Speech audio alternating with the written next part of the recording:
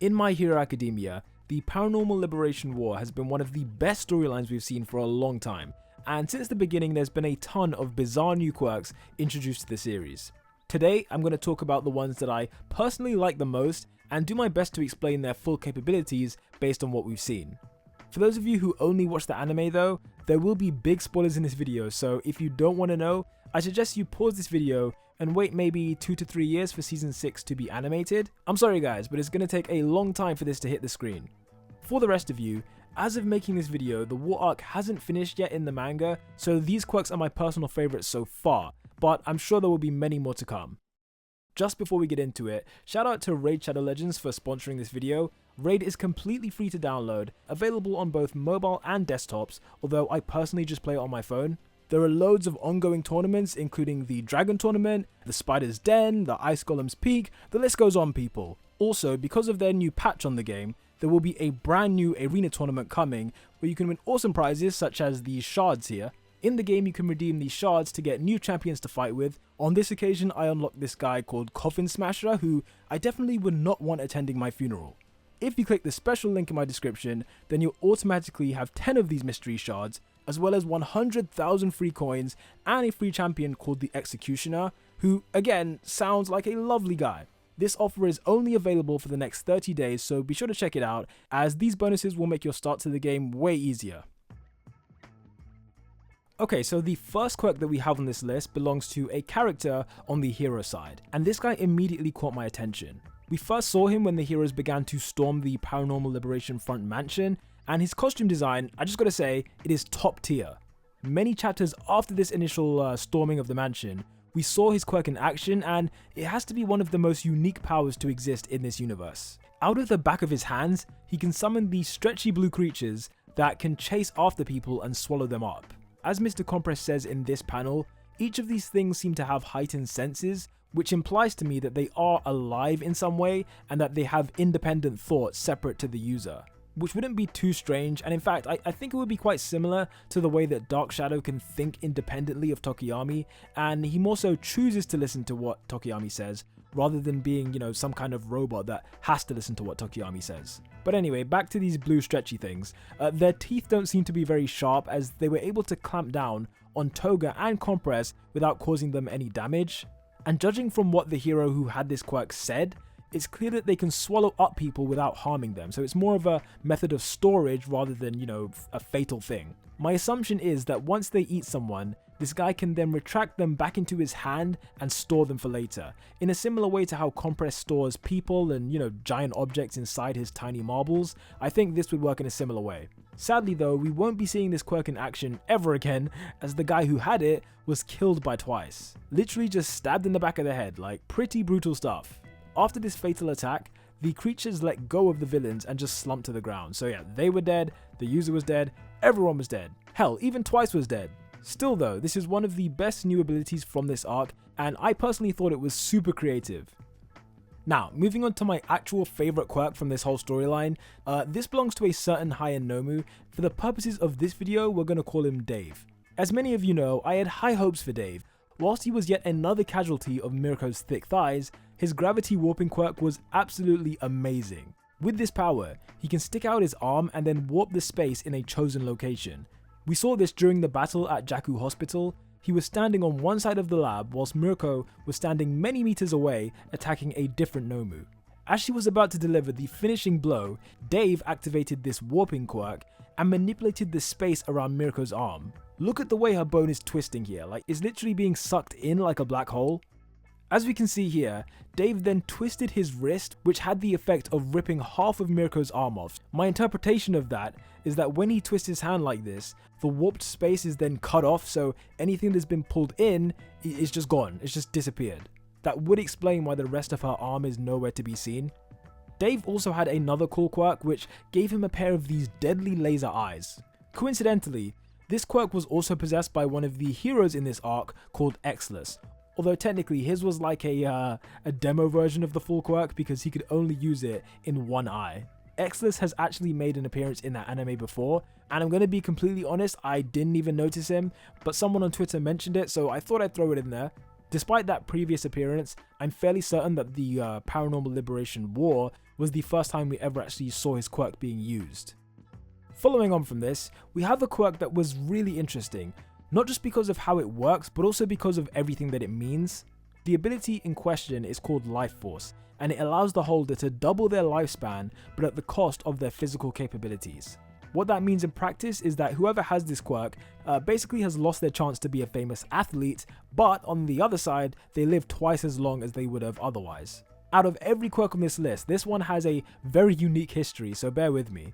The original version of this quirk was held by Dr. Ujiko. He then gave his quirk to All for One, but later down the road, a copy of this quirk was made and given back to the Doctor. This means that from the first moment we saw these characters, they both held some version of this Life Force quirk.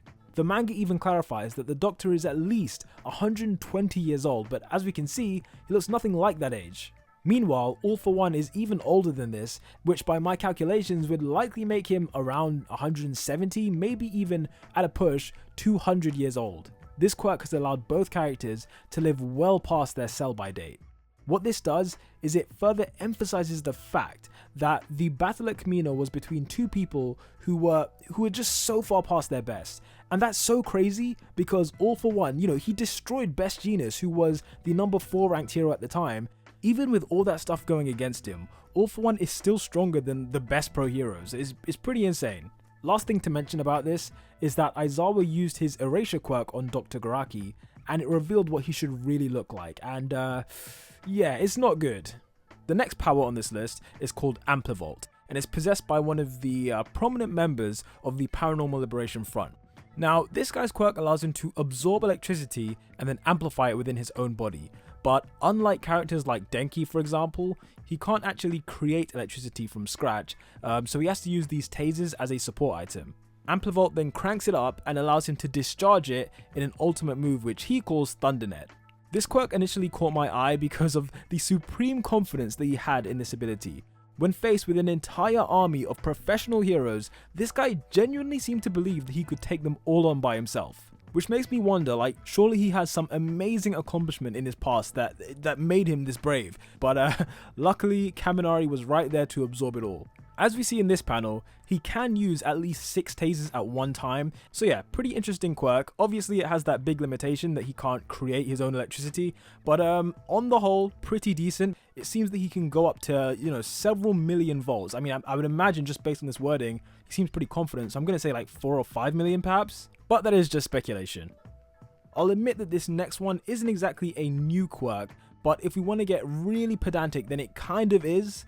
As you all know, All for One is a power that lets the user steal quirks from others and then either use it for themselves or pass it on to someone else.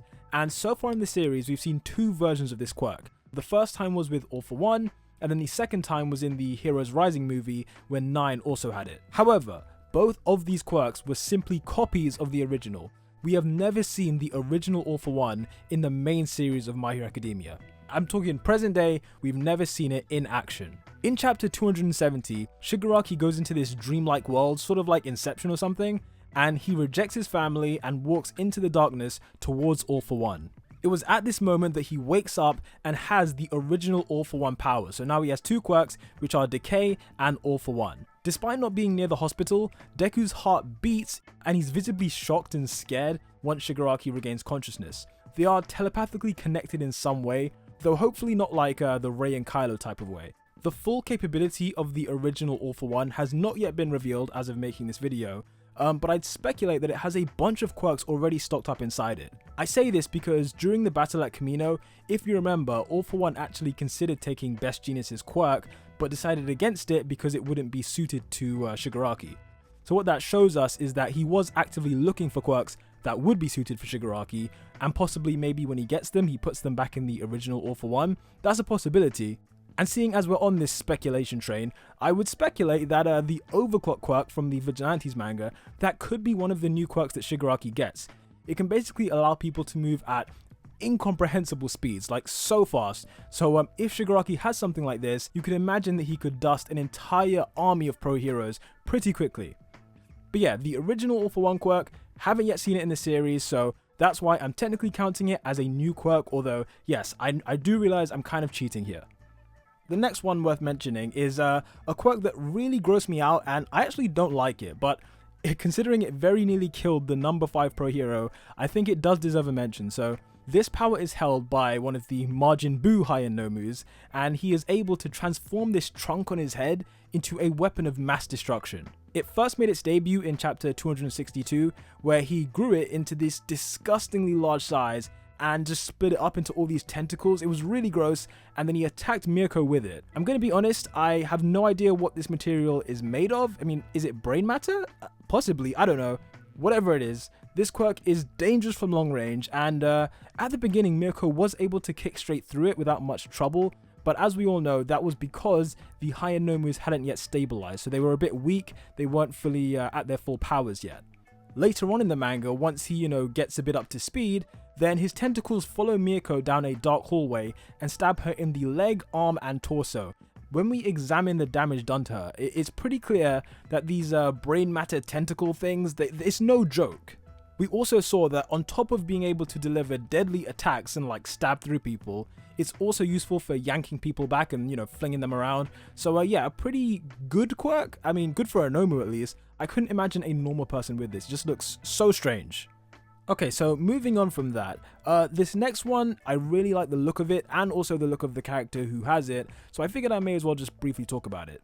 This villain here is a member of the Paranormal Liberation Front, as you would imagine, and he made his first proper appearance in chapter 271, although we did see a preview of him in chapter 253, and he seems to be able to just generate holes inside things, maybe similar to the way that Longris uses spatial magic in Black Clover, perhaps. I love his design, and it's very true to the way that his quirk seems to work.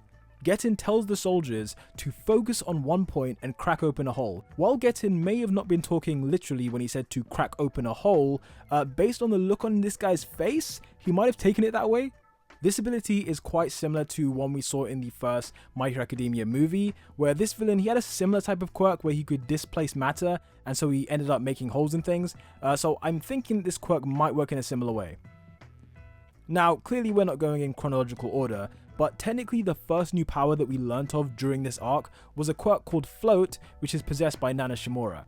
And we didn't get too many details on it beyond just this one page of her floating in the manga, but I think it's pretty clear that this power allows her to levitate in the air, and it would have made for a pretty nice combination with One For All. We'll undoubtedly get more details once Deku begins training with it, and knowing Horikoshi, it's going to be a very important power for defeating Shigaraki. And I say that because it's Shigaraki's grandmother's quirk, but it's now possessed by Shigaraki's grandmother's successor, which is not him. So that's a pretty interesting dynamic, and yeah, I think it will be important going forward. One crucial thing to know that we don't know yet is whether it can propel you forward like Superman, or if it just lets you float in the air casually. Hopefully it's the former, because that is just way better.